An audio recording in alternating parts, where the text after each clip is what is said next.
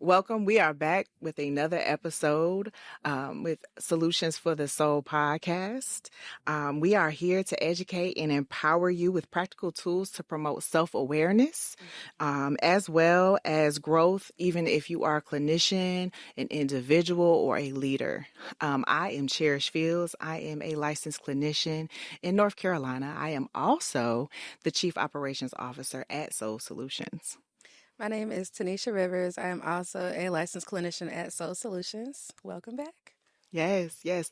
So today we are talking about an important topic, and it is, what is narcissism really? You know, I have just constantly heard this term being used a lot, right? Yeah. And it's like, all right, what does that mean? You know, when people are saying it, what does that mean? What does that mean? What does that really, really mean?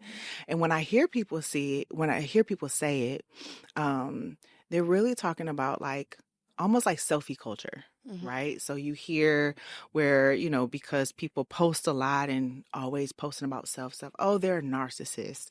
Or if you feel like someone is arrogant, they'll be called a narcissist.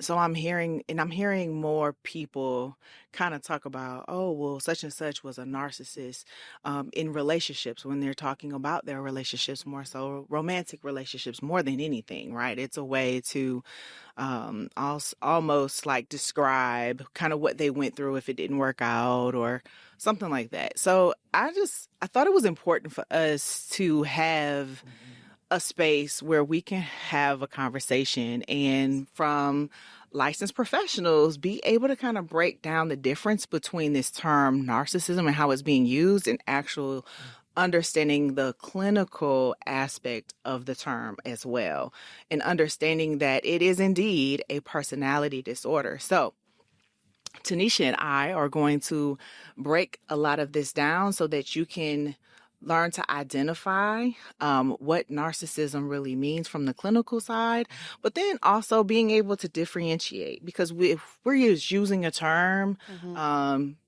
just casually, we can forget how it's really supposed to be used, and it can be harmful, to others. Absolutely. Using this loosely, like the way everyone is, the way everyone has on social media, it can mess up someone's reputation. It can mess up some things. So we want to just make sure that we give an educational piece. This is for educational purposes only. Yes. Don't be trying to get on here and diagnose anybody. Right. But if you notice that you've seen some of these traits in a partner or a loved one, or even in leadership roles at work, these are some things to look out for, and then speak to a professional about what you're noticing and how you're experiencing it. Absolutely. And that disclaimer is very important, because although we are licensed professionals, you have your experience, and we want to make sure that you are being guided by someone who can help you and navigate through that. Of course, we are at Soul Solutions, a counseling and consulting group. So feel free to reach out to us if you are looking for professional support and assistance. We are happy to talk to you about your issue. But this today is just for educational purposes only. Absolutely. So let's jump in. That's the question. What is narcissism really? One of the key things is understanding that it is a personality disorder. So when we talk about the clinical criteria, I don't want to say definition, more so clinical criteria, you have to meet a criteria in order to be diagnosed with narcissism personality disorder. Yes. And there are 9 of those criteria. You have to meet at least 5. At least 5. So if you hear maybe 1 or 2 and they're like, oh yeah, this person definitely got it. No. To be clinically diagnosed with these things, you need at least 5. And again, do not go diagnosing people on your own. Yes. And I brought my rusty, trusty desk reference. I'm like, you know what? People are probably like, how do you determine if someone meets criteria? How does a professional do that? So just a little clue in is that we have something that guides us, that helps us to understand what that disorder is, and we are looking to see if that person is meeting that criteria.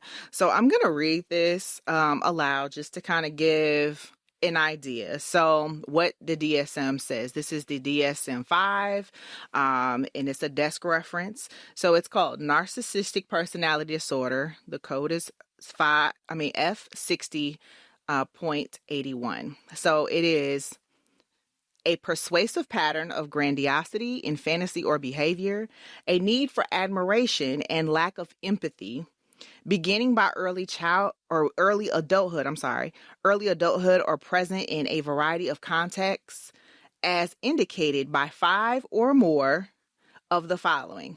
Number 1, has a grandiose sense of self-importance, so exaggerates achievements, talents, expects to be recognized as superior without the consummate achievements, is preoccupied with fantasies of unlimited success, power, brilliance, beauty, or ideal love. The third is believes that he or she is special and unique and can only be understood by or should associate with other special or high status people or institutions. 4 is requires excessive admiration. 5 is a sense of entitlement. This means unreasonable expectations of especially favorable treatment or automatic compliance with his or her expectations. 6 is interpersonally exploitative, takes advantage of others to achieve their own ends. 7 is lacks empathy, is unwilling to recognize or identify with feelings or the needs of others. And then 8 is often envious of others or believes that others are envious of him or her. And then 9 is it shows arrogance, haughty behaviors, or attitudes. Yes. So that is the 9 that's there in this book that is used by professionals. Yeah. Just to point out, like just a couple of those criteria, like the grandiosity, inflated sense of self-importance. These people feel like they are the best at everything. Right. They are the best manager, the best basketball player, the best football player. Everything that they do, they are the best. And they don't even have to have the accolades for it. Mm-hmm. So that's something important to note about grandiosity. Also, with that need of admiration, usually narcissists have this personality that people kind of gravitate to. Mm-hmm.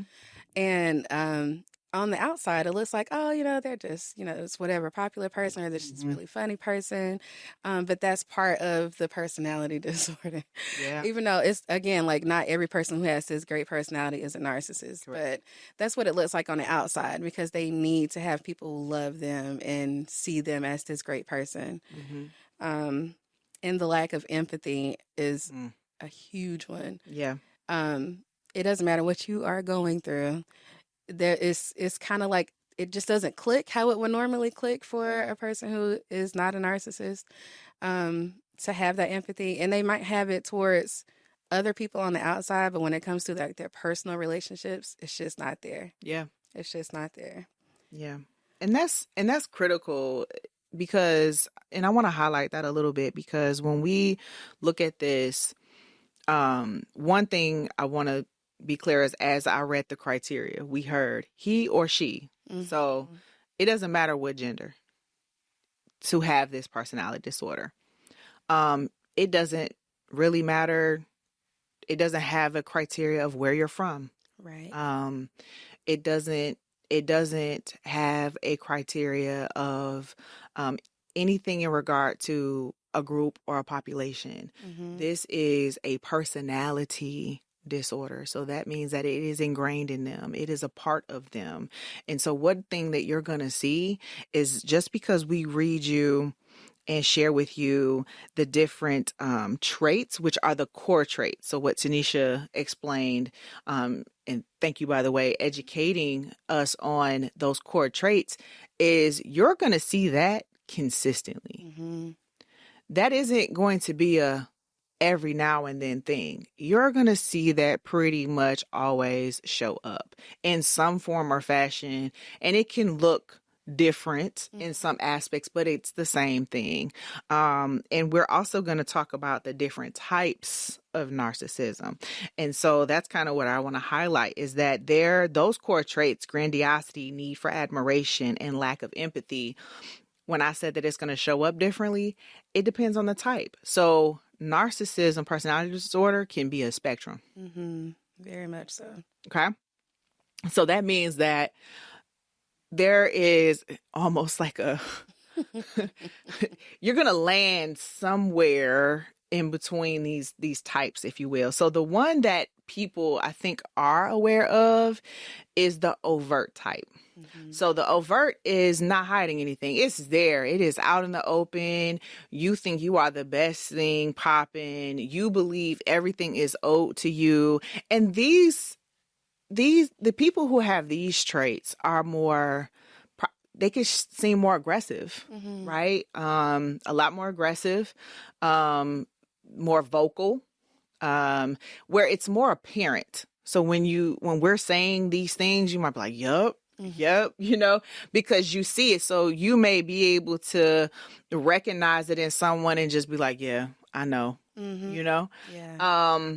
So there isn't necessarily any hiding there, but that doesn't mean that they know that they are or they care. Okay. Right. Yeah. I do want to say that. The other piece that I don't think is talked about enough is this covert or otherwise vulnerable narcissism. And this is more subtle. It flies under the radar a little bit, because what you see is someone who is, I'll give you an example of, in a romantic relationship, you're going to see someone who is likable, very, very nice, very kind. When you initially meet them, they may be like all into you. So you're not thinking anything of it. You're just kind of going and like, okay, this is a really kind person. They may seem shy. They may start to tell you a little bit about their life, right? So they're opening up. But what you're going to hear is victim. Yes. You're going to hear victim. Everything. Everything that they tell you is almost like it's against them. This happened to me, and I didn't have this, or they just didn't see my potential, or something to that aspect, right? So when they're telling their story, as you're getting to know them, I would say, pay attention. Yeah.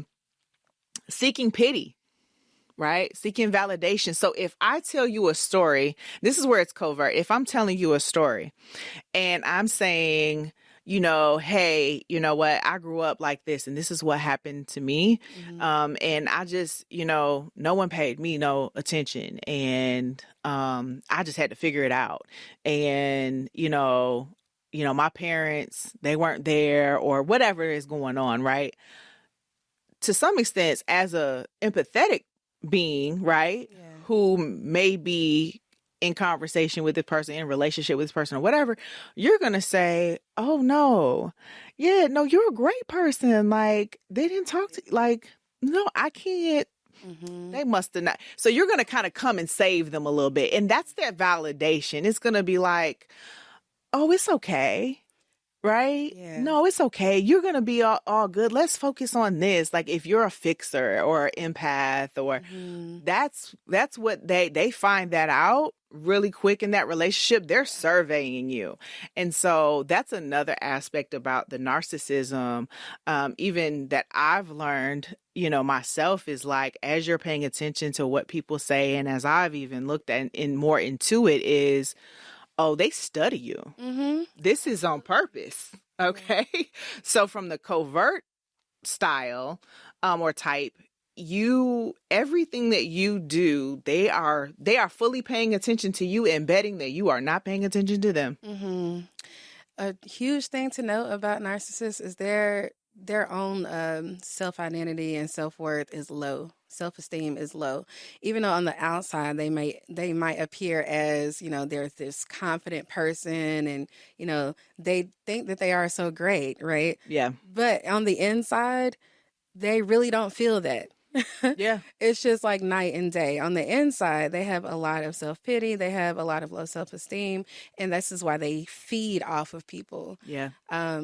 Another term people like to use is energy vampires. Like they literally Yeah. feed off of your energy because they don't have enough in them to thrive and be well Yeah. and show up in the world. So that's something important to know. That's why they're looking to see where are the cracks Where are that the I can cracks? hold on to so that I can get some of this energy and feel better about myself. Mm-hmm.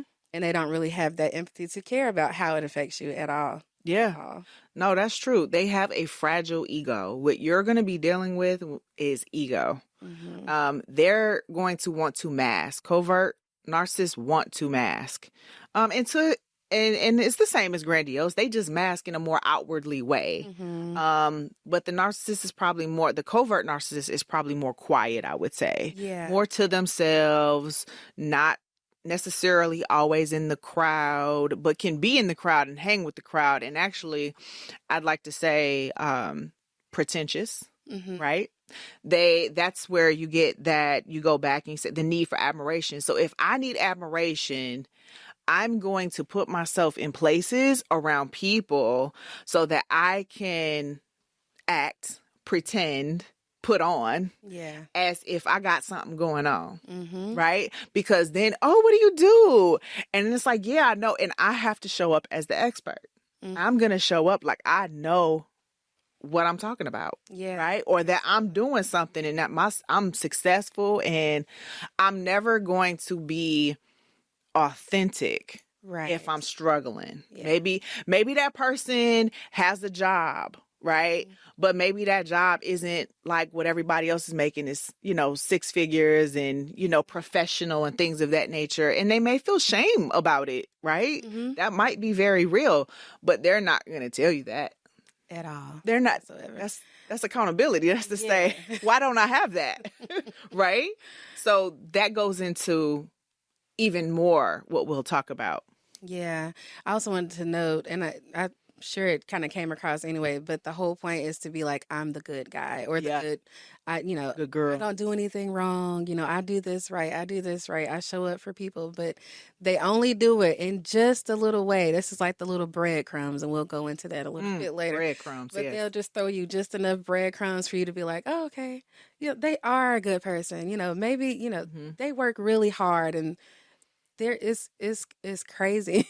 If they're good at what they do, right? They are good at what they do. Let me not say that. They are very good at what they do. But what you see is that the way that they seek that admiration it's in the way they present themselves. Yes. So it's always making themselves a victim, sharing their story, feeling, oh, I'm a failure, female, male, whatever. And it's a way to get you, you know what, I couldn't pay rent this week. And I really, you know what, I just need your help, So it's almost like, instead of saying, you know what, hey, I just did not plan well. Yeah. You know what, I could use some assistance to help me out.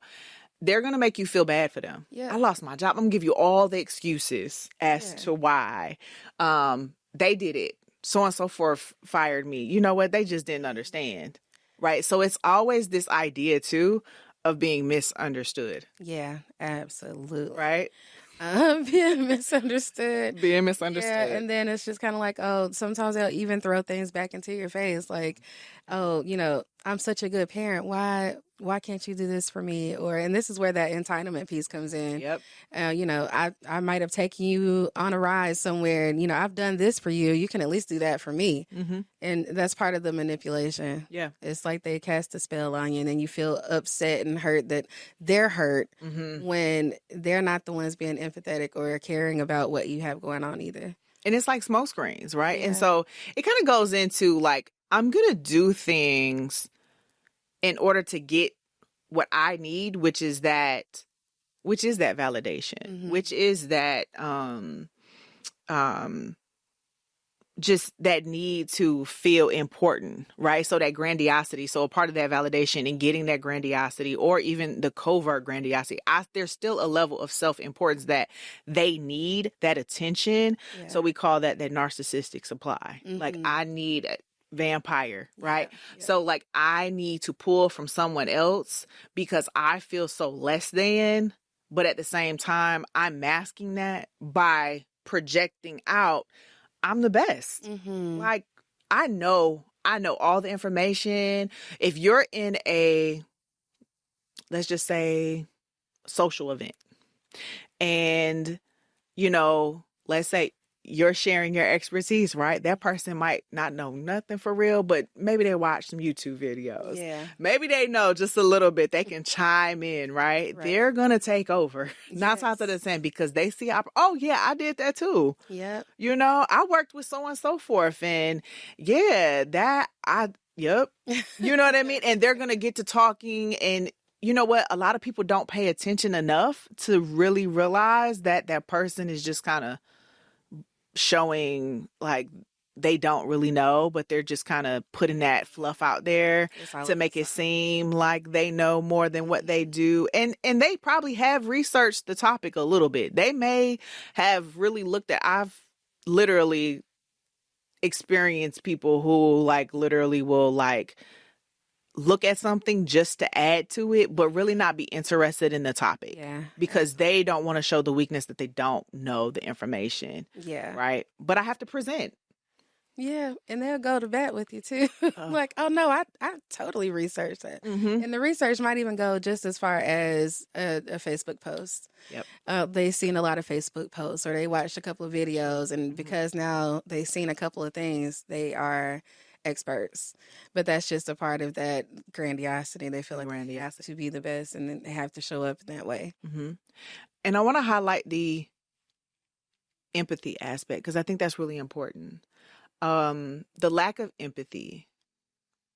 I want to make sure we're clear on sympathy, empathy, differentiating the two as well, because, an example I would have is like, if you're going through something and let's say a good example is like, let's say you lost something that was important to you and you may be a little emotional. They see that you're emotional.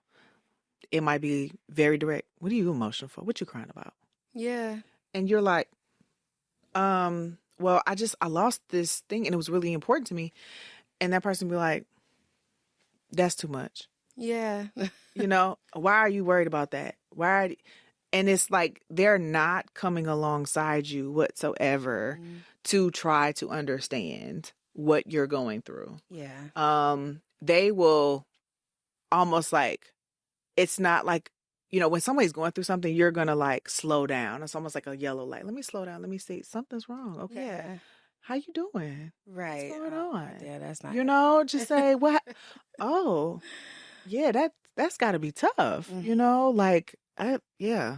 Okay. And then you're going to talk about how can I support you? Do you need time? Can I get, like from a narcissist? Yeah. Maybe in the beginning of relationships, maybe in the beginning, that's part of those breadcrumbs, to hook you in, fill you up just a little bit. And then further on down the line is more than likely not happening.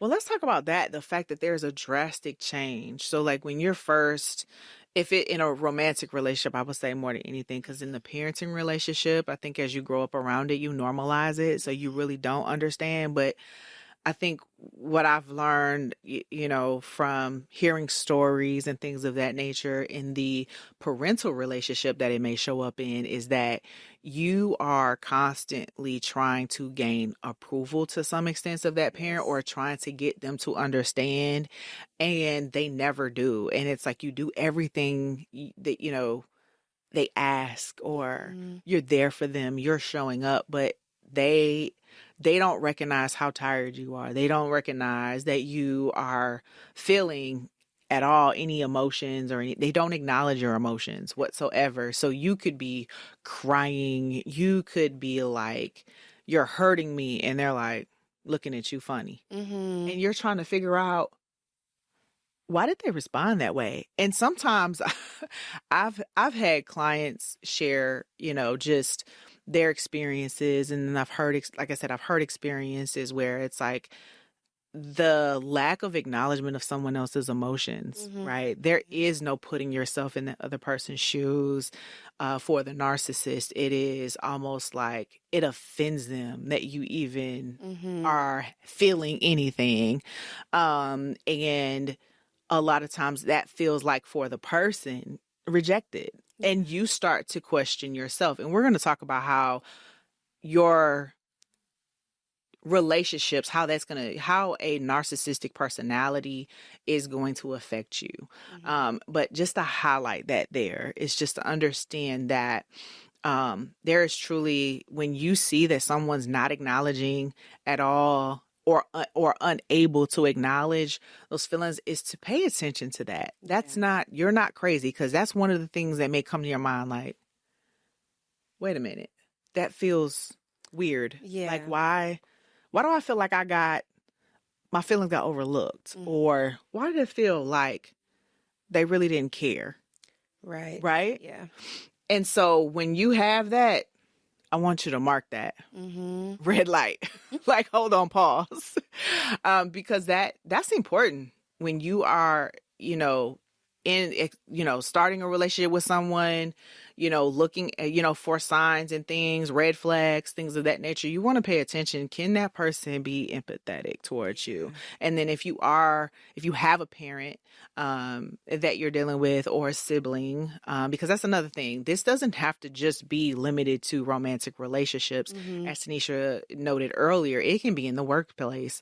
You can have a leader, a supervisor, co-workers, whomever, show up and showing these signs. And the key is the consistency of it. Like, there are people who will have some tendencies, right? But you're going to see more of a consistency with the personality disorder, because it's ingrained, it's in them.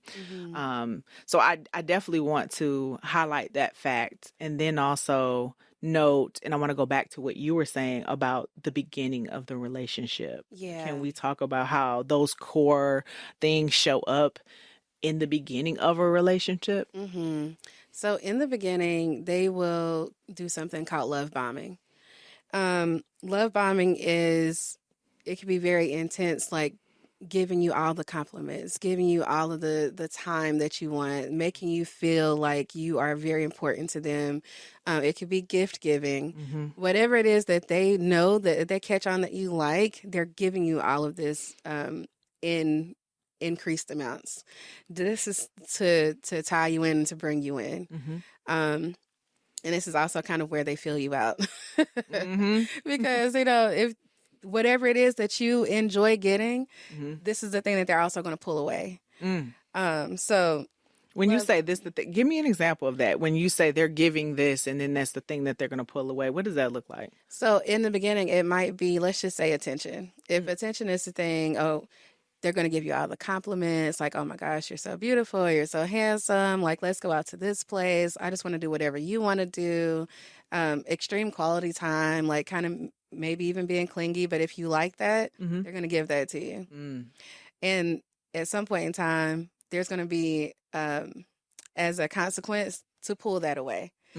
And so it's like, oh, well, why aren't they around me anymore? Why are we not going on dates? Why are we not talking like we used to? Something changed. In the beginning, you were being love bombed. I was trying to get on a dating app, right? This guy, he calls and he's like, oh, what do you say? Your photos just exuberate love and just the essence of all these things. And I'm like, oh, okay. And he was like, you don't just see a picture and just see how much love and how much character this person has. And I'm like, no. Right. Well, there's that. Yeah. Right. It's immediately, I'm like, why are you doing that? Like, this is our first conversation. It just seemed like he was love bombing. Yeah. And honestly, after I gave him like that flat, it was time to move on. He never even called back. And I'm okay with that. That's right. I'm okay with that. But that love bombing stage is usually the first signs in the beginning of a relationship that maybe just a little red flag. Don't run yet, because that could just be their personality. That happens, right?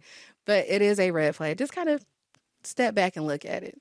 Yeah, and I would say even too, it's like, so this is something I tell my clients without even with the narcissism, working with women, which I enjoy doing, and empowering them, not only in their strengths, but in their vulnerabilities. Yes. What I like to do with my clients is, because I get a lot of relationship issues, right? We talk about like our relationships, those matter to us because everybody wants like a companion, right? You want a partner. But one of the things that when I'm walking with someone, we talk about your vulnerabilities. Where do you, and when I say vulnerabilities, I'm asking the person, where are you the most vulnerable? What are the things that you need, that you're longing for, that you didn't get? Do you know those? Yeah. Because when you don't understand what makes you vulnerable, it is vulnerable to the person trying to attack you. So it's almost like war, right? When we're going to war, what are you going to do? You're going to strategize. If I am trying to focus in on a target, right? Yeah. Then I'm going to assess, right, the vulnerability. Where are the vulnerabilities? Where are the soft spots? Where's the entry points? All these various things. That's what someone is going to do, because that's where they're going to hit, even in sports. Yeah. Right? It's going to be like, who's on the team? And then what's going on with the team? Is there a player that's hurt? Okay, cool. They're not going to play, so we're going to play this. It's always trying to get up on the next person, right? Knowing, all right, where can I get in?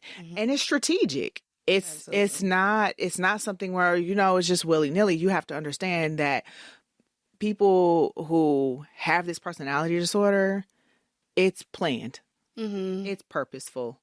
And so a lot of times, in order to arm you with what's necessary, not only with us kind of sharing some of the things to look for, if you're listening to this, I do want you to reflect and think about, even as a clinician, right? We're all human. Assess your vulnerabilities. Ask yourself, do I know what makes me vulnerable in relationships? And that's not to guard them in a way of you let no one in.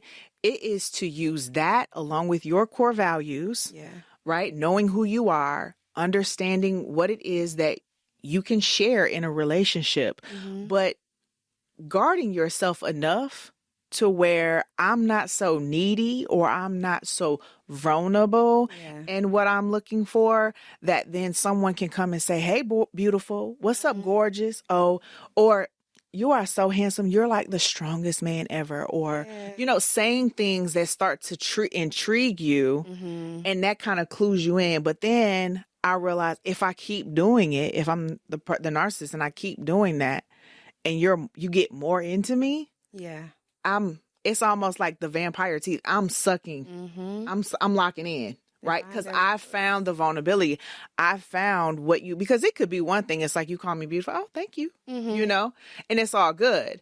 But if you ignore that and you're not feeding into that, they're going to go away eventually. They're going to be like, okay, well, like they not biting. You know what I'm saying? They're not vulnerable. They're guarding themselves, right? So you're not going to respond to them, right? So that's the key. That's a part of the guarding. Like, nope, you can't do that. You got to show me more. Yeah. Show me more. Believe actions, right? And so sometimes when someone attacks our vulnerabilities, we lose observing the person's actions in a way that we're paying attention to what's actually happening to us, because love bombing can make you euphoric. It can be very euphoric. Absolutely. It's like you're getting attention, right? Like if you've been through a lot yourself in life, right? If you have had childhood trauma that has been unaddressed or that you're unaware of, it can make you vulnerable, because if you're getting something that you didn't get as a child or that you desire, or let's just say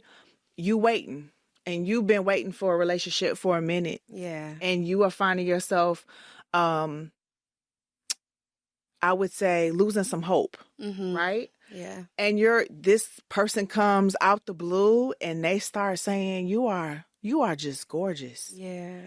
And that's feeding your soul for a second. And then it's like, let me take you out. Okay.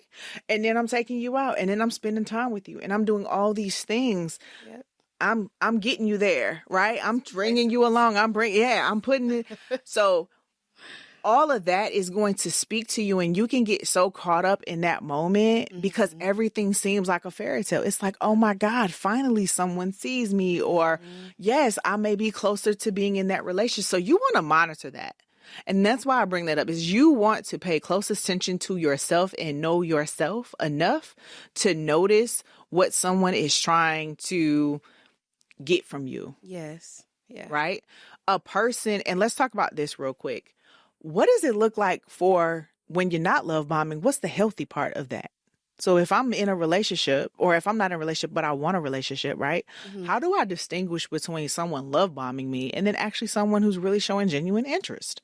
A lot of the times I feel like it's not so overbearing, you know, and it's also continuous. A genuine person who genuinely does things, if they are a genuine gift giver, or, you know, they genuinely like quality time, these will be consistent. They won't just stop after a couple of months. And a lot of times I feel like maybe 2 to 3 months after that, it's probably not going to be the same because they're comfortable now. They know what you like. They've already kind of figured out where to settle in. For someone who just genuinely likes that, these are things that they will consistently do all the time. And they can actually talk and be vulnerable with their feelings and their emotions, not necessarily about what happened to them and what, you know, not trying to make you feel bad for them. That person wouldn't do that. Yeah. And I would say too, like, the way you can sniff out a narcissist, I feel like, is one, knowing yourself. Yes. That's the first armor, if you will. Know yourself, know your vulnerabilities, but also pay attention to someone else's values. What do you see in that person? You know, I actually learned something, even in myself, just, you know, about paying attention to stuff. Yeah. And, you know, there's a scripture that says a tree is known by the fruit that it bears, right? And I don't know why it clicked and it hit a little bit differently when I started to like really look at people, you know, coming on the side of a therapist, really looking at that from a different lens and saying, what does the tree look like? What, one, is things dying around the person? Yeah. And when, I'm not saying like dying like real literal death, but are things growing? Right around them? Is their career growing? Are they growing? Are they actually getting better? Are they making promises, right? And saying, "Oh, I'm gonna do better," and it locks you and you feel bad and be like, "Yeah, that was just a mistake. It was an accident. No, they didn't mean that." Or, "Yeah, they hurt my feelings, but it's okay. We were mad at each other."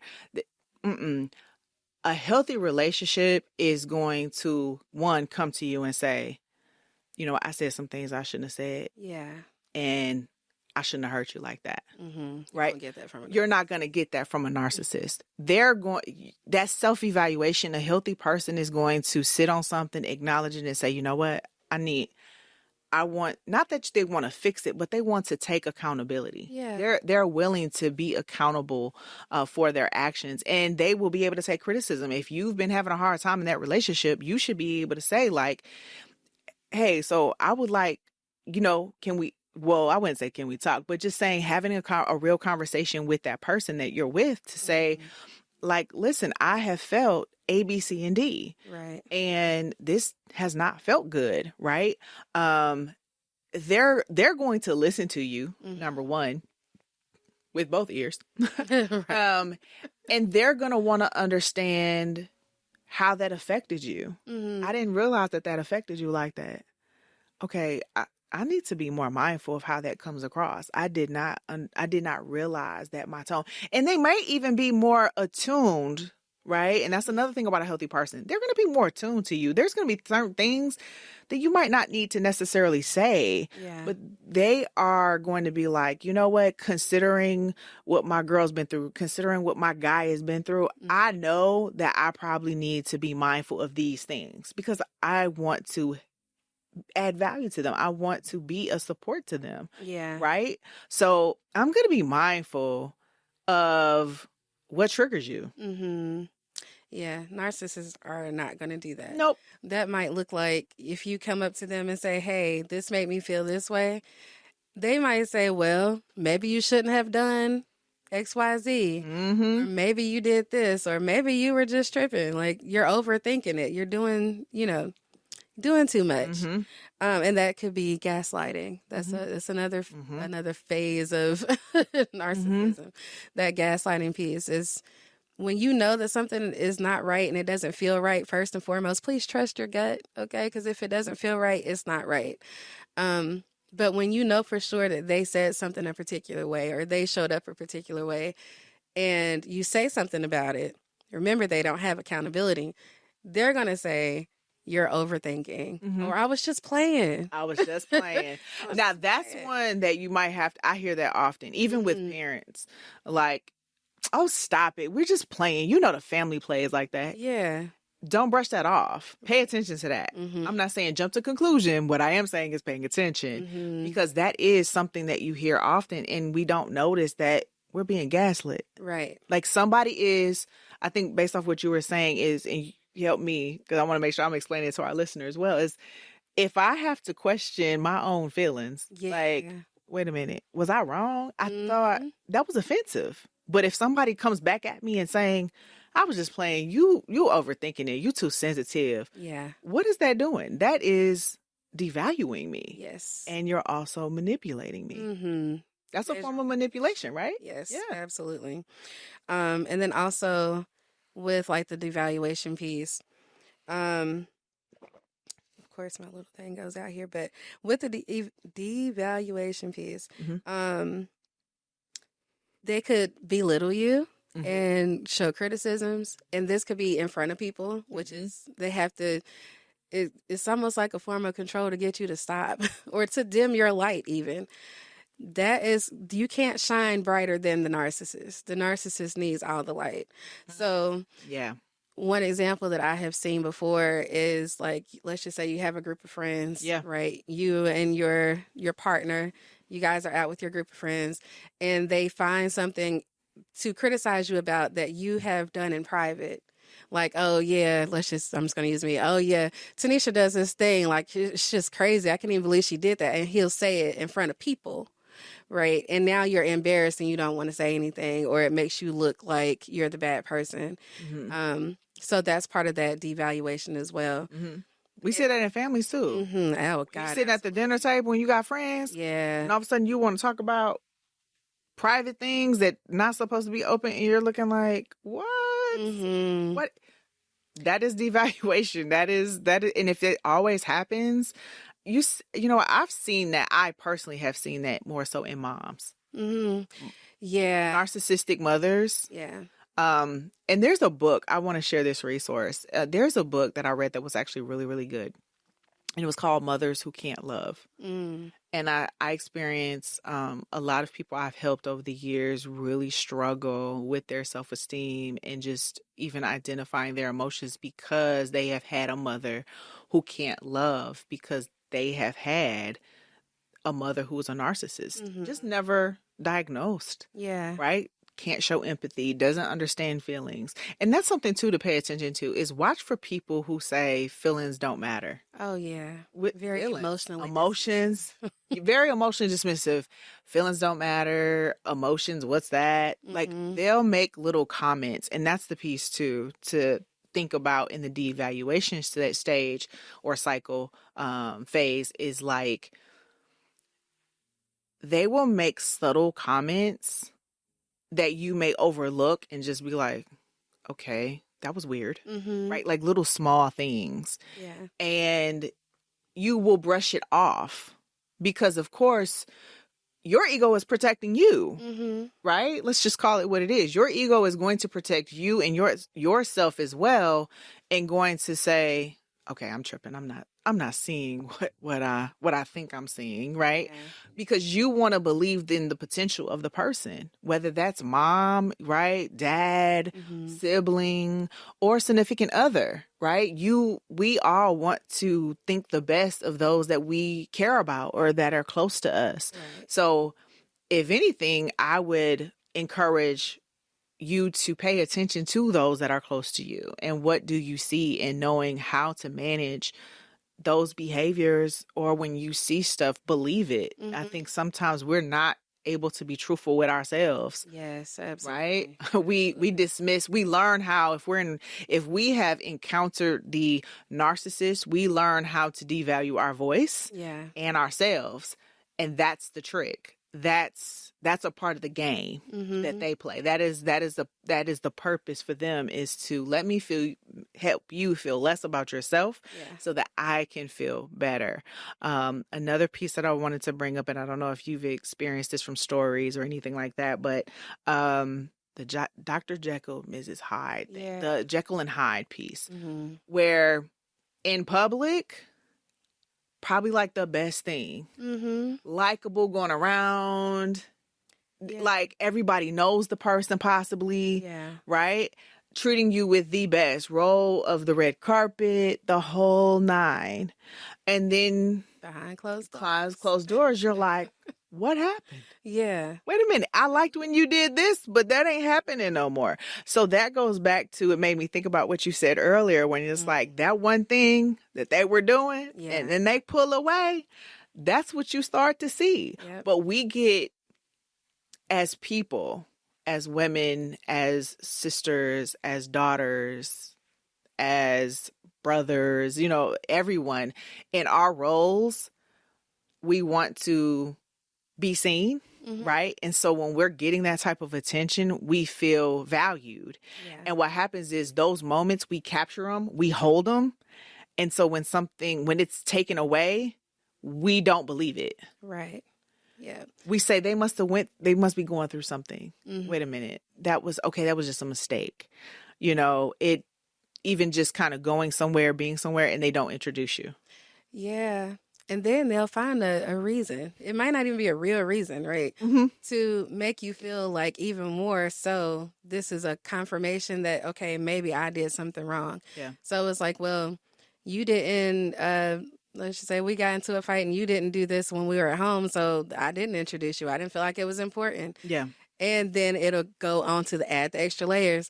You're overthinking. Like, The gaslighting. you're Make thinking you too question much. your reality. Yeah, absolutely. So it all ties into each other. It does. It's that cycle. Yeah. It's the cycle. So the cycle is love bombing, like Tanesha said, devaluation, gaslighting, and we're going to talk about this too, discard and hoovering.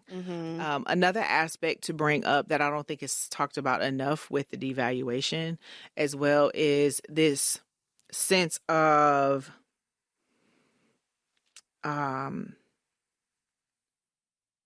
not just overreacting, but it's like this toleration. Okay. Like being bothered, like you're bothering me. Yeah. Right. So let's say, I actually heard this video and I thought it was like really good. There was a video that I heard, I think it was on YouTube, and the lady was talking about her experience with narcissism, and I don't think that we don't talk about these everyday little things. But it was, you could go, maybe if they need to go or something like, oh yeah, that's what it was.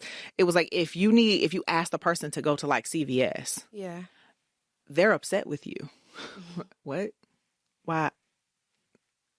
Ugh. You're going to get these like huffs and puffs, or like, how dare you ask me to go? If you're in front of somebody and you say, hey, can you go? It's like on it. Right. But if there's an audience.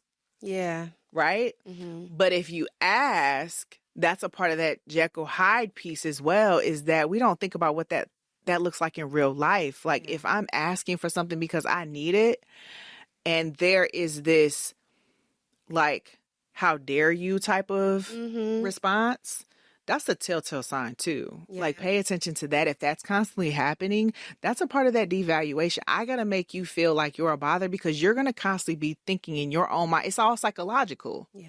Right? It's all psychological. It's going to make you think and question yourself.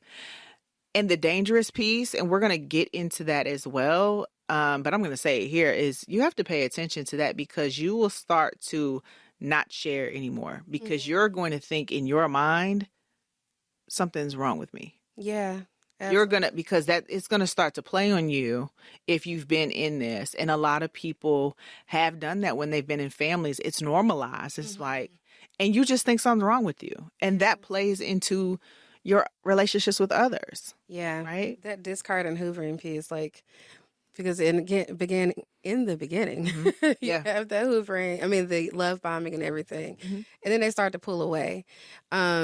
And of course, no one else is going to be able to see it because in front of everybody else, they're the good guy or the good girl, right? They're the good person and you're the bad person.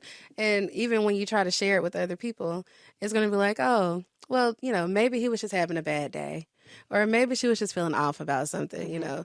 And when you're trying to show people that this is happening, they also are telling you like, no, it's not real. Surely that's not what's happening because he's such a great guy. Why would that be happening? Yeah. And that pulling away piece, when they start to say, oh, now you're bothering me, leave me alone. Like that sense of entitlement of like, how dare you?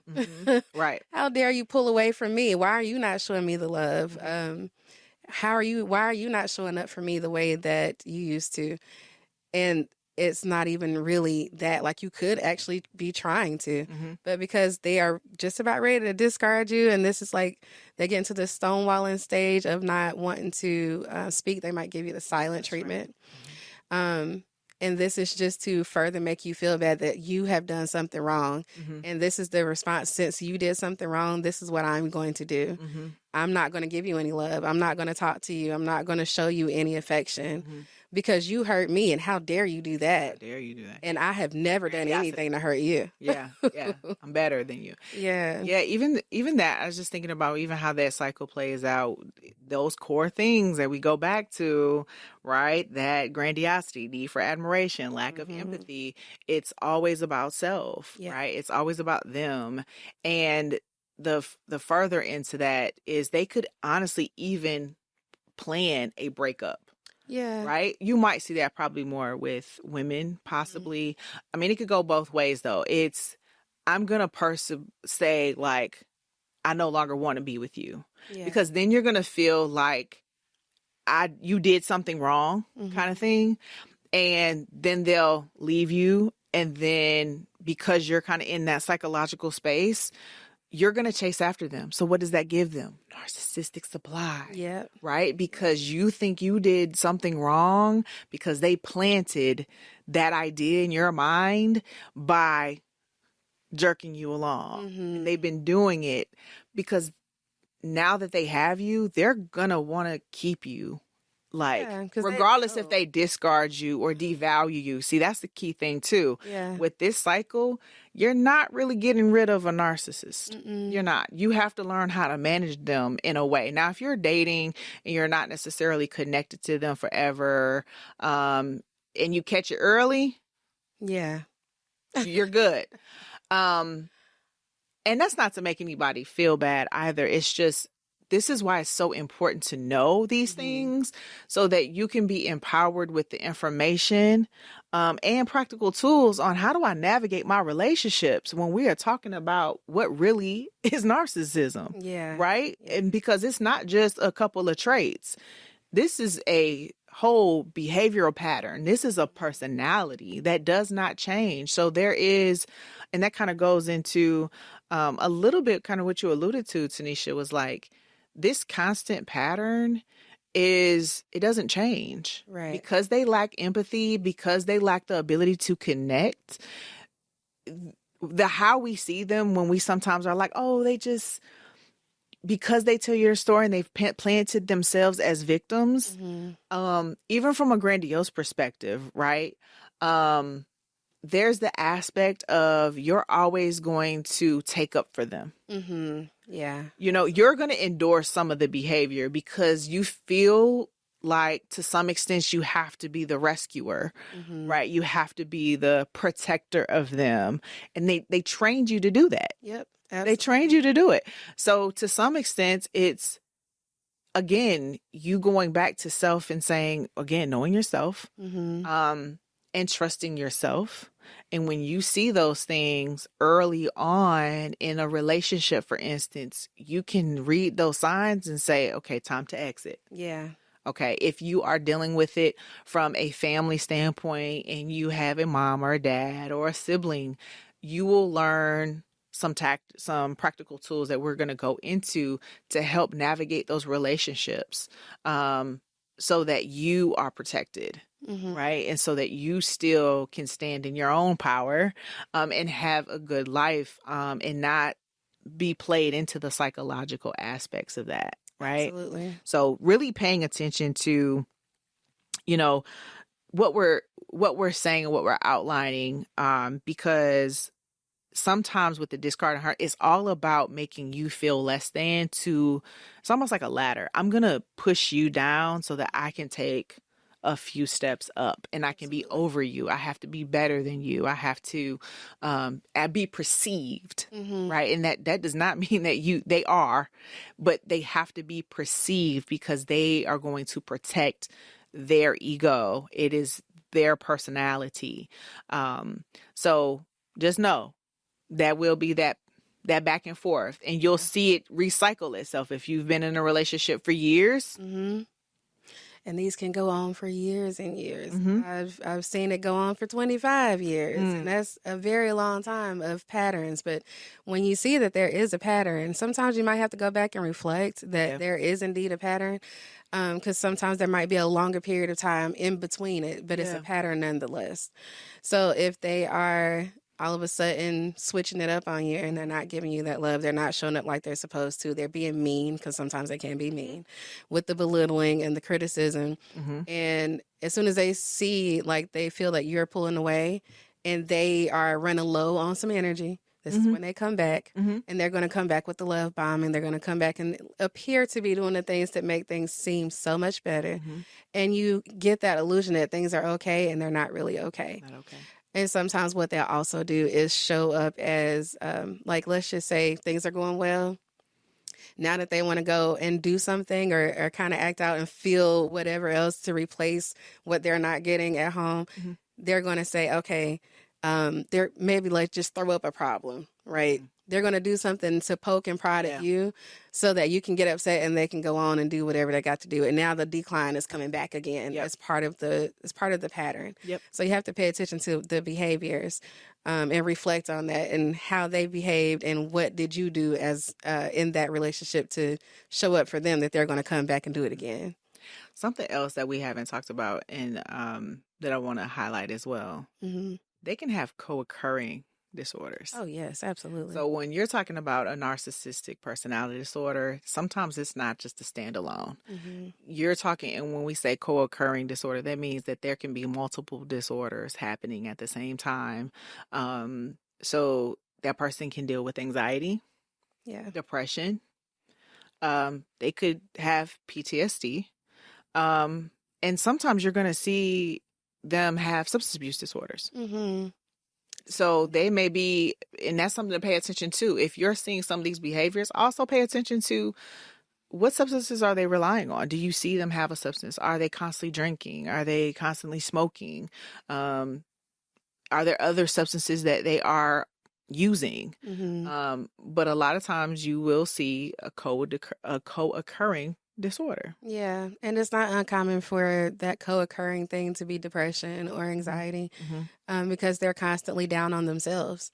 They're constantly seeking validation from other things. They don't have great self-esteem, even though it seems like they do. So the anxiety of not being good enough or not having enough or not being seen as a good person, that becomes something that drives their behavior as well. So it's not uncommon to see anxiety or depression. Yeah, absolutely.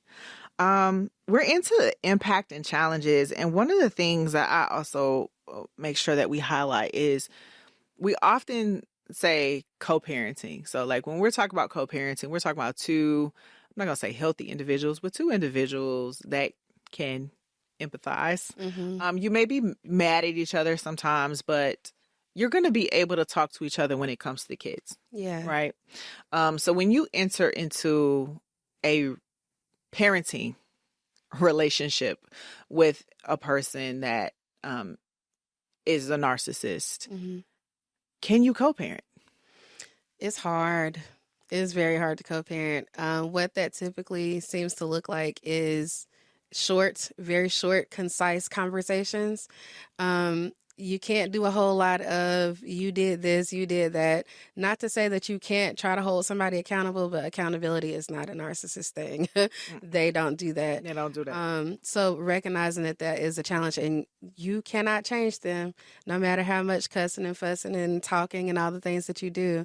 You cannot change them and have them parent the way that you know to parent. So that in itself comes with the challenges of the manipulation.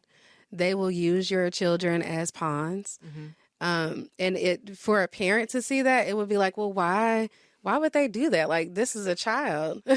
Right. Why would they do this to a kid? A kid doesn't understand what's happening, but they are using this kid as a manipulation tactic because they know that you are emotionally aware and you are going to be emotionally attached to this child. And it's not to say that they don't love their kids, but they don't pay attention to what they're doing with the kid. They might, depending on if you guys are together or not. Most of the time, if you're not together, they won't show up to pick up a kid on time, or they'll use the kid and say, oh, well, this kid can't come over because they're sick. And the child might not be sick at all. The child needs A, B, C, or D, and they really don't. And they end up using the money for something else.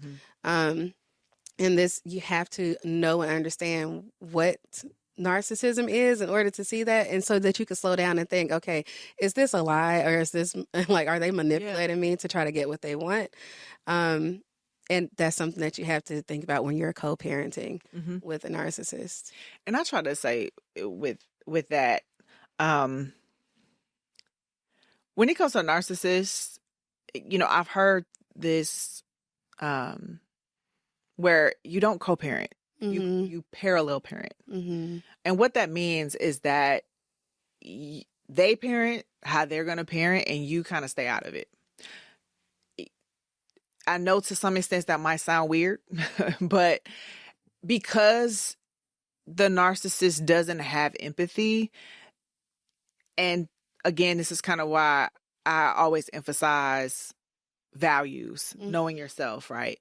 So you can stand on your values with your child and demonstrate with them what empathy looks like, responsibility looks like, taking accountability, what looks like. You'll be that parent. But when they're with them, the child is going to figure it out. Like, and I think that in the parallel parenting aspect is when you can relieve yourself of worrying about what that other parent is teaching them and all these things, it will free your mind to really focus and show up as the parent that your kids desperately need to see as an example. Because one thing we know is you can tell a kid anything, but they're watching you, right? So they're going to mimic what you do and how you show up, right? Tree is known by the fruit that it bears. A child is going to want to see the fruit, right? Which is why it's so different. Even now, a lot of people are choosing conscious parenting and being more real with their kids and having conversations with their children and allowing their children to have feelings, right? Yeah. So helping them to understand, you know what? It's okay to feel that way. Yeah. Don't stay there, right? Let experience that. That's going to help them when they have a space to come home to come back to you, allowing them that space to do that. Because when they're with that narcissistic parent, they don't get it. They're not going to get it. And if you got smaller kids or even older kids, I'm sure that they have their ways. I could see, because I've worked with teens for so long, I feel like when they feel rejected or they don't feel like they're going to withdraw. They're going to become quiet. So for them, you want to pay attention to your teen because they're going to be in their head. They're going to want to go to their room more. They may even have outbursts of anger because they have to hold so much in when they're with the narcissistic parent. Or they have to give so much, right? Because that narcissistic parent is going to they're going to be the victim. That parent is going to show the victim, and they're going to do the same thing, that whole little pattern. They're going to plug into that kid. So if you've decided to say, I'm no longer participating, if you have a child, they're going to start working on them Yep. so that they can get it, whether it's an outside person that they're partnering with or it's their own children. Yeah. Because they're going to be able to be, well, you know, well, my parent said, the other parent, my mom or my dad, because then they're going to bring it home to you, Mm-hmm. right? As the other parent, to then feel sorry, or they're going to make the excuses for them. Yeah. And I want to encourage you to pay attention and know and have real conversations with your children. So that parallel parenting looks like literally no contact. That can look like they buy the things when they are with them that child needs. You buy the things that you need to buy that child needs, Mm-hmm. so that you don't really have to have too much conversation about the kids. Yeah. See, in the co-parenting relationship, you can partner in the aspects of parenting. Hey, you know what? We want to have a consistent schedule. Mm-hmm. Hey, such and such had consequences, ... so that they can also reinforce and all these things. With the narcissistic parent, that is not the case. And the more conversations that you have with the narcissist, then you risk yourself being put in that cycle again. Yep. So it's best to say no contact, Mm-hmm. keep communication. I would encourage documentation. I would encourage minimal, an okay, a thumbs up. If there is information that they share, or if there's necessary information for you to share about the kid, because there are some things you just have to share, right? Don't expect much back. Don't expect them to care. You know, don't expect them to follow through with any instructions that you may outline. Even if you're dealing with a grandparent who's a narcissist, think about these things too. Whoever you're putting your kids with, it's not a co-parenting situation. It's more of a parallel parenting situation that you want to be, and it's for your mental health. So minimizing contact is going to help you. Placing boundaries, that was another thing we didn't highlight. Yeah. They don't like boundaries, and they don't listen to them. That doesn't mean that you don't need to assert them. That does not mean that you don't need to. You have keep to them. assert them. You keep your boundaries at all costs, because they do protect you, and you just reinforce them. Mm-hmm. So even when they step and put the little toe over the line, you gonna go, nope, and I'm pushing you right back. Mm-hmm. No, we're not doing that. Important to note with boundary setting. So it's not necessarily rules. It's not like, well, you talk to me this way, you're not going to come over at this time. It's more so protecting you. So think about it in the I stance, right? So I can't deal with this, or I'm feeling too many emotions when we have this conversation, so I can't talk to you about this. And don't like stand on that. Stand on it. Period. Like just leave it there. Like I can't meet you at this place, because you don't even have to give. You don't have to give an explanation, but I can't meet you at this place, and don't. That's it.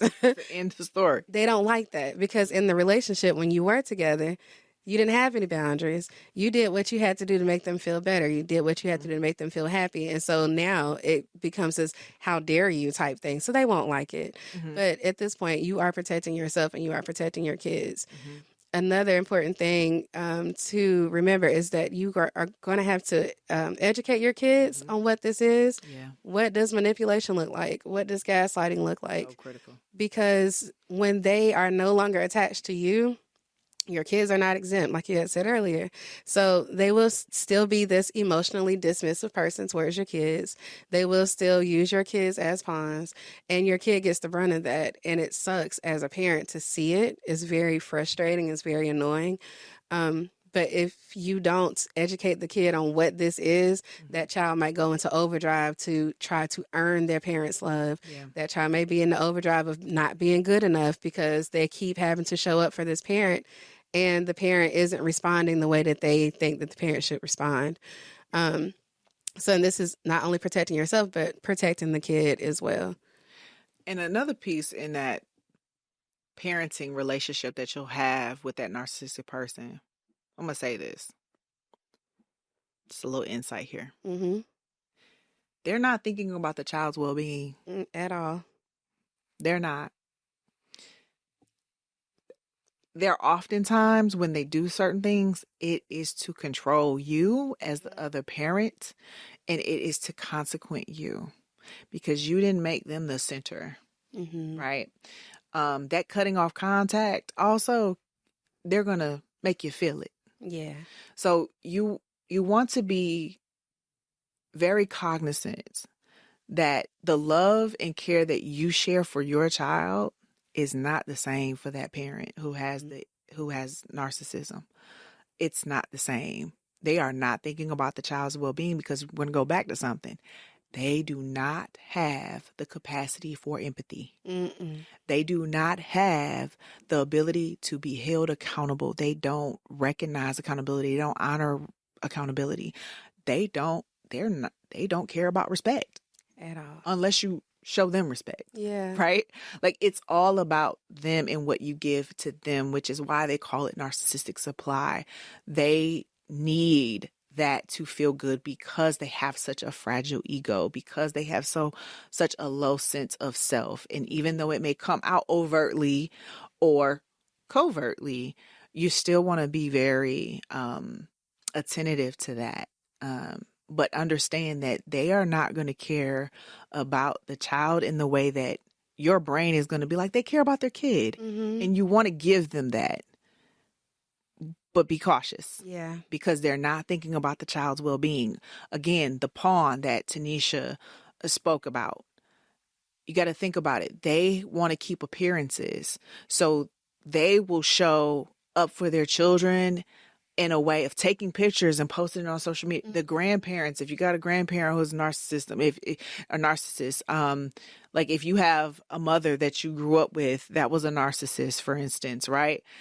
That parent only wants to see that child so they can post on social media that I had my grandbabies, Mm-hmm. you know? Yeah. It can be a grandfather, your dad, you know, if you have a dad who's like that and only, or wants to highlight, you know, statuses and different things to highlight how great their grandchildren are. And, you know, let's say you're sending pictures of achievements of the kid. Oh, they'll be posting and it may look like, because they're going to get the likes, right? Mm-hmm. They're going to get the comments. Oh, your grandkids are so awesome and so beautiful. They're so smart. Such a great Grandparent. Yeah. You're going to get a lot of that, right? Or even your own achievements as a child of a narcissistic parent. They may post your achievements because that gives them supply for other people to validate how great of a parent they were. Yeah, like, look what I did. Look what I did. That kid. They're trying to take credit for what you may have been able to accomplish. So you also, you know, be mindful of that, even, you know, sometimes protecting your pictures, Mm-hmm. right? Protecting those moments that you have. I would advise and just say, like, think about when you send the picture, what's the purpose of that? Like, Yeah. you know what I mean? And understanding that you may be giving them something to use to continue that cycle of presenting as if they are something that they are not. Yeah. Please, again, do what you feel comfortable, but ask yourself the questions, you know, with that regard, because that's important, you know. It is. Tanesha, you brought this up, and I don't want to lose it, is the leadership aspect. Oh, yeah. So how does that impactful as someone in the workplace? Yeah. So it's not uncommon for a narcissist to be in a leadership position because they like the power, they like the respect, they like for people to look up to them as if they are, you know, doing this great thing. So it's not uncommon to see that. And this might show up in, like, going back through the things that we talked about, devaluing you as an employee, overly criticizing, things are not ever good enough, picking on you in front of your coworkers or your staff, making things seem like you're crazy, but of course, because everybody else doesn't know, they might be looking at you like, why are you tripping like this? Like, are you actually overthinking? And you have to pay attention to those things. And a lot of times, let's just say that you're the bold person and you call it out in front of them. They might even go as far as to embarrass you or take things away from you that they feel might be a privilege, and they can't do that. They cannot do that. It's good to know what your labor laws are and what are the standards for the company and all those things. But they have the same traits. Narcissists show up in different ways, but they all have the same traits.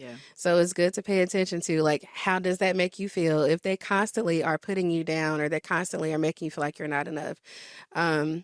they're not acknowledging you for the things that you've done, or they're taking credit for your work. You have to pay attention to those things and take a step back. Like, is this narcissism? Like, do I need to speak to somebody about that? And always have a point of contact. If there's an HR department, things need to be documented and put down. Emails, any things that have been said. Now, some people go as far as recording because they feel like they are crazy when they try to say it to other people and people don't believe them. If you feel like you have to do that, you do what you feel is best for you. But documentation is so important in any aspect, whether it's the workplace or whether it's in a loving relationship, in a romantic relationship, or in the family relationship. Sometimes you just need that to have proof, because they're going to say, that's not what happened. This is, I was just kidding. I didn't mean it like that, to make it seem like these things aren't really real. Yeah, I think that's important. One of the things I do want to highlight here, what's the difference, Tanesha, of having like a boss who may be manipulative versus what you're talking about, the narcissistic behavior, is that personality that keeps showing up? Like, what if someone can relate to someone who's like taking credit, using you to constantly get you to do extra work, but not highlighting you for the extra work, always overlooking you or making you feel, or maybe they only apologize to you when someone's around, like so it, maybe you brought it up to them, in your supervision or something, like if you're meeting and this is supposed to be your boss, like because one thing we know with the narcissism is that it can show up so many ways that sometimes it's hard to differentiate, which is why this topic is so important, because social media chatter and culture chatter is very much so self. And it's not just that, right? It's so many other things that go along with that, which is why you have a criteria of 9 and that person has to meet at least 5 or more. And you need a professional to diagnose, but that's what's so crucial. So how do you differentiate someone who might just be manipulative or manipulating you to get you to do more work or serve them versus someone who really is showing narcissistic, personality? I think it goes back to the traits. So like if you have someone who's manipulative to just get what they want, to get you to do the work and all the things, it'll show up every once in a while. With the narcissist, they might even go as far as talking to other people about you to say, well, this person didn't do this person doesn't do this work, she doesn't show up this way. All of the other traits, the gaslighting, the manipulation, the devaluation, those would show up in different areas at work. And now people are looking at you like you're the bad guy, especially if you're the person who stands up against them, because now you're making them look bad. And how dare you do that? How dare you? Yeah. And I think those are the most, the ways that you can see it the most. Just, are they doing it and something else? Are they manipulating you to do the work? And are they also talking bad about you? Or are they also trying to make you look bad in front of other people? Are they never showing you the acknowledgement for your own work or giving somebody else that acknowledgement? And it looks very much so intentional. So you have to really pay attention to that part as well. Like, I think if someone else is just trying to get you to do the work, all the other things wouldn't fall in line with that. Yeah. And that's key. So, I know a lot of people have work stress, right? And work trauma. And sometimes we think it's like just the pressure of the work, but sometimes it's actually dealing with a personality disorder, and a narcissist personality disorder that can be stressful because it makes you second guess the value that you add to the company or to the work. So pay attention to those things. I hope that you're hearing us when we say a real key is acknowledging your feelings and looking at, like, stopping and pausing and not just ignoring, oh, that's just a one time. See if it is a pattern. Assess that. And your feelings are valid. Your feelings are indicators. Right? So feelings are fickle, but that's why we stop, we pause, and we do pay attention to them to say, what is this really saying? Yeah. Because sometimes it could be emotional, right? If I'm hearing a lot of stuff about narcissism and I'm, listening to social media and all the things, then I might clue in on just this one little situation and be like, this is you're a narcissist. Yeah. We don't want that. We want you, if you are a clinician even, to educate, right? Yeah. Educate about this. I can just tell you as a clinician, I have heard so many things, and you hear these traits, and then you hear week after week someone okay, so that wasn't the first time. So okay, this is a similar situation. Okay, so you know what? Let's go ahead. Have you considered, what is this? Watch this and tell me what you think, right? So then you're starting to put some things in front of people. So I would encourage, there's even people who have reached out and said they want a clinician that has experience, dealing with that personality, because, people go through divorces, and it's hard, right? And so they want the support as they go through that. So again, psychoeducation is so important with your clients.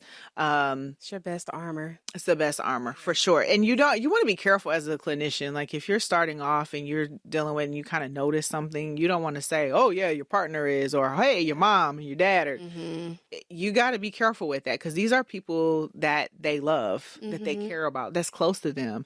And they can feel like you're attacking them. And again, if they've been dealing with a narcissist, then they have psychological injury. Yes. Right? They could be traumatized. They have endured, time, whether it's years, months, whatever that is. So sometimes they are not aware. That is the abuse, the psychological abuse. Yeah. Yes, we said it. Psychological abuse is what happens. What narcissist personality does, it is a psychological form of emotional abuse that happens. And sometimes with the grandiose, you may see it take place in physical form. You may see it also take place in the way of betrayal, cheating, making it feel like you're wrong. It could be accusing you of something. Another thing I didn't mention, and this came to me too, lies by omission. Yeah.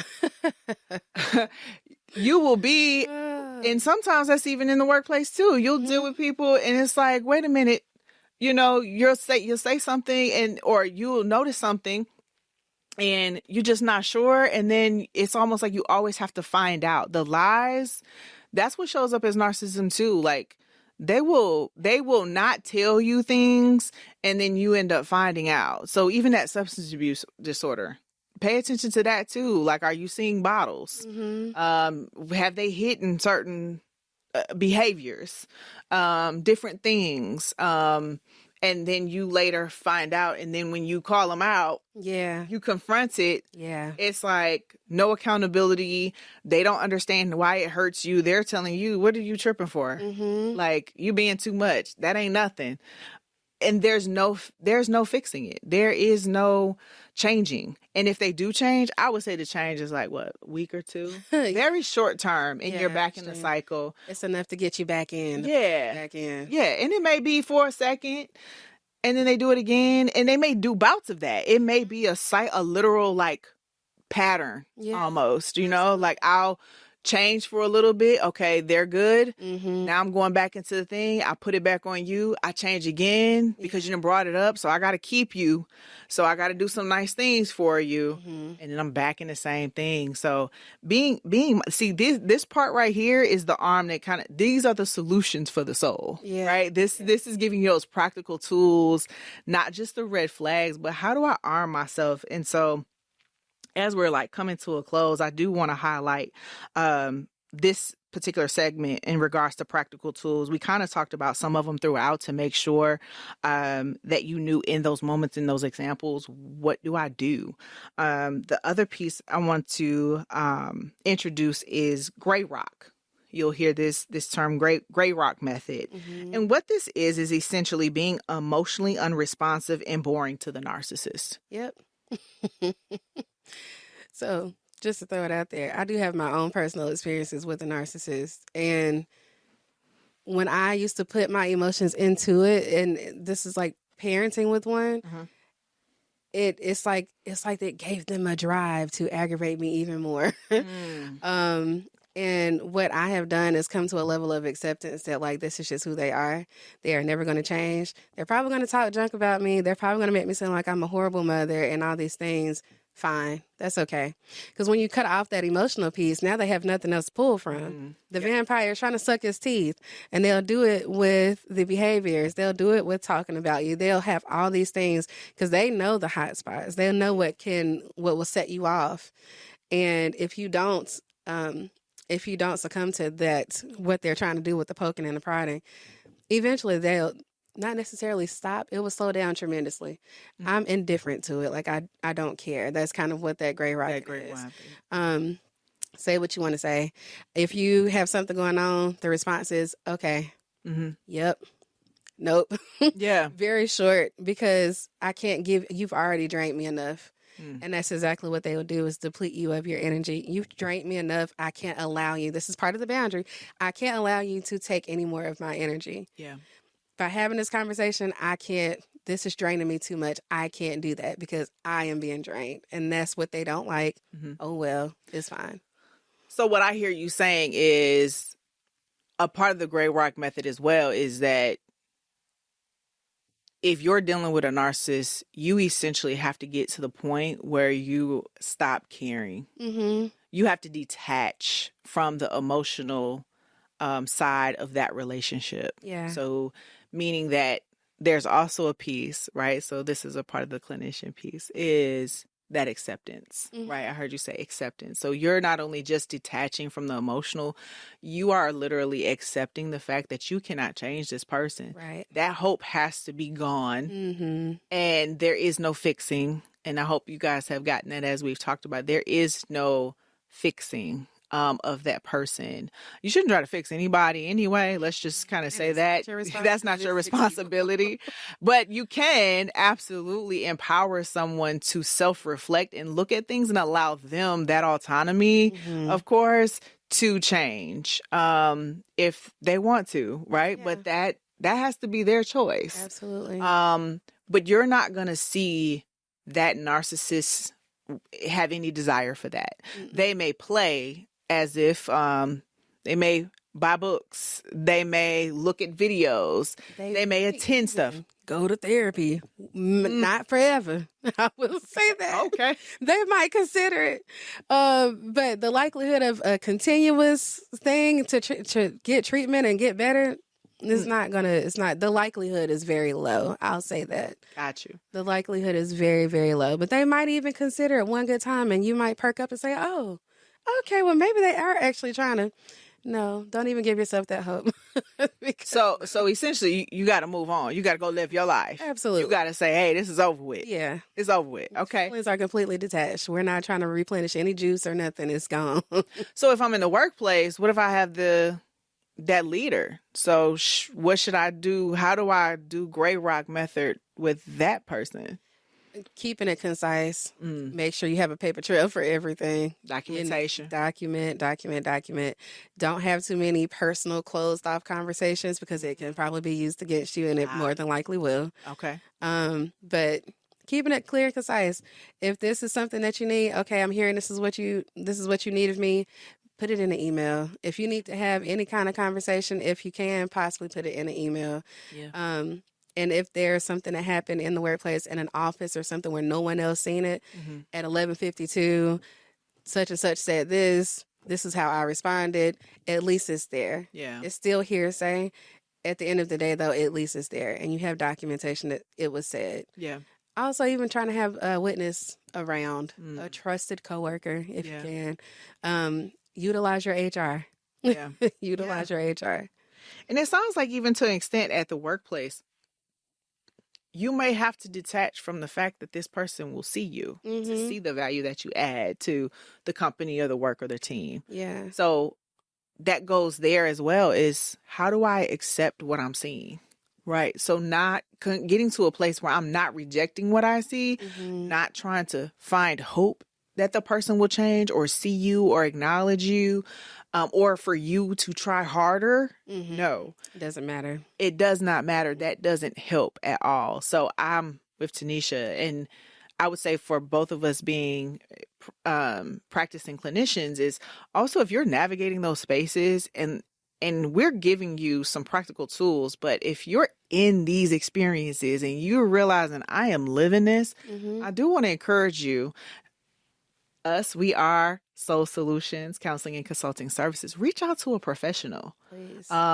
Seek assistance to navigate these spaces in these relationships with people, so that you can go into them with a confidence, with the knowledge, right, of understanding. And then again, because this is a personal experience for you, reach out, because not every experience is the same. And you may come to a place where this makes sense, but you're like, well, wait, but this happened and you need some help navigating that. That's where the professional can come in and guide you on what tool may be useful for you that you can go and apply in the situation.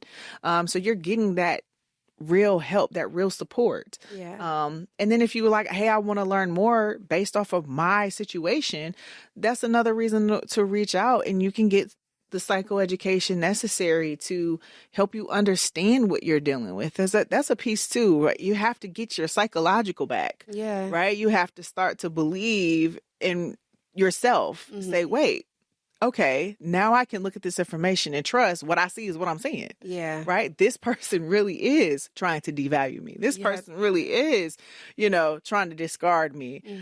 This person is acting different. You know what I mean? Yeah. That's key. Yeah, you have to be able to validate yourself, because this person never did it. And if there's someone who's never been in a narcissistic relationship, they won't necessarily believe all the things that you have experienced with this person. So this is why it's important to seek out professional help if you can, and educate yourself. Yeah. Education is going to be the biggest part, because if you know not only how they are going to behave just as a narcissist within themselves, see how it affected you. Yeah. And going back to what you said earlier, just to kind of see what role that you played.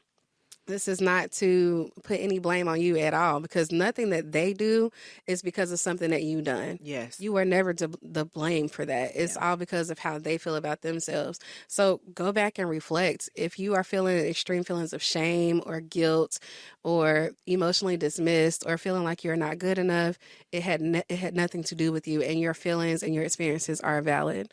So seek that help, and be willing to talk about it, because your silence is the thing that's going to keep you held back. Yeah, that's going to keep you covered up into this little relationship that you were in, and you'll end up getting into another one. So if you don't speak up about it and be reflective and understand yourself as well as the traits of a narcissist, you run the risk of doing it again. Yeah. And that is, take inventory, look at your family relationships, look at your work, look at all the relationships. And if these are the things that are showing up, then trust me, don't feel bad. Like she said, understand that honestly, it's probably because you're strong. It's likely because you actually do feel, like you're an empath. You could be an empath. It's because you have a kind heart, and that's usually what narcissists look for. Someone who will play into their victimhood. So this is a person who has to have a big heart. This is a person who really feels, right? And sometimes because you're a feeler, right, you're going to listen to that person and be attentive and hear that story and try to connect with that person. So even look at it from that angle. To be honest with you, it's nothing that you did wrong. It's just you're a good person, and somebody took advantage of that.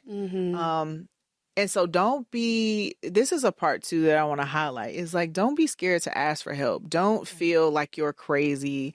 If you come to therapy or you seek professional help, that something's wrong with you, you're crazy, or that someone will perceive you as crazy. Because that's something why a lot of people don't seek out professional help, because that somehow in their mind, they feel like that's going to make it seem like I'm the problem. No. It takes strength to go and ask somebody for help. It does. And when you are vulnerable, right, and we're not taught this enough, when you're able to be vulnerable, that's true strength, because you're putting yourself out there and you are exposing yourself in a way to say, you know what, I don't know how to navigate this and I need the support. And I could use somebody that can help me understand what I'm going through, help me to sort through all these emotions, help me to sort through all these thoughts, right? Because there is a very particular thing that happens that narcissists do. They make you not believe yourself. Absolutely. You question your reality. So sometimes you have a hard time sifting through what's them and what's me, right? Yeah. So that can be very overwhelming.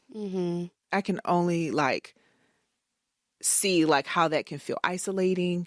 So if that speaks to you, I just want to encourage you, empower you that nothing is wrong. It is actually a sign of strength to take that brave step forward and reach out and get assistance. It's important. We're here. Licensed professionals, licensed clinicians. That's what we do. We're there. And we're human too. And as we wrap up, right, I want to say this. Healing is possible for you. Absolutely. But I would absolutely detach from the notion that you need to heal the other person.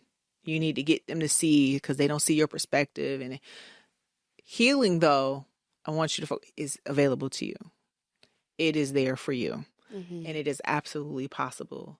And if you are seeing the signs in yourself that you are struggling, notice that and understand that you're not alone. And if you can recognize the telltale sign from is that when you question and say, am I the narcissist? Right? When you can reflect, you're not the narcissist. Because they will try to treat you as if you are. They're going to try to treat you as if you're the narcissist. Right, because it's always them. It's never it's always you, not them. Sorry. Yeah.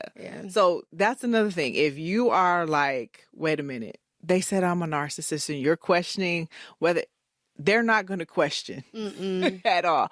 So that's a key thing. So I hope this helps. Yeah. I hope this helps you understand from a romantic relationship, a working relationship, familiar relationship, what is narcissism really? And how do I navigate this in these relationships? Especially in this day and age where we are relying on technology. We are not necessarily leaning into our communities and having more interpersonal connection with each other. So really having to pay attention to what is the self-centeredness or just little traits that show up that look like narcissism, but then understanding what narcissism really is. We want to arm you with that. We hope that helped you. We want to sincerely thank you for listening to Solutions for the Soul, and know that this added the solutions to your toolbox so that then you can identify what you're going through and know that you can absolutely seek out help. I do want to bring you to our logo here, and I want to point out to follow us. We have a Instagram page that is at soul.solutions CCS. Please follow us. We have content that's there. We take insurance. So if you want to seek help and you have insurance that you want to use, we take a lot of the insurance providers. We do self-pay. So please reach out to us and let us, we will help you through the financial aspect. But follow us. But also, we have a website as well.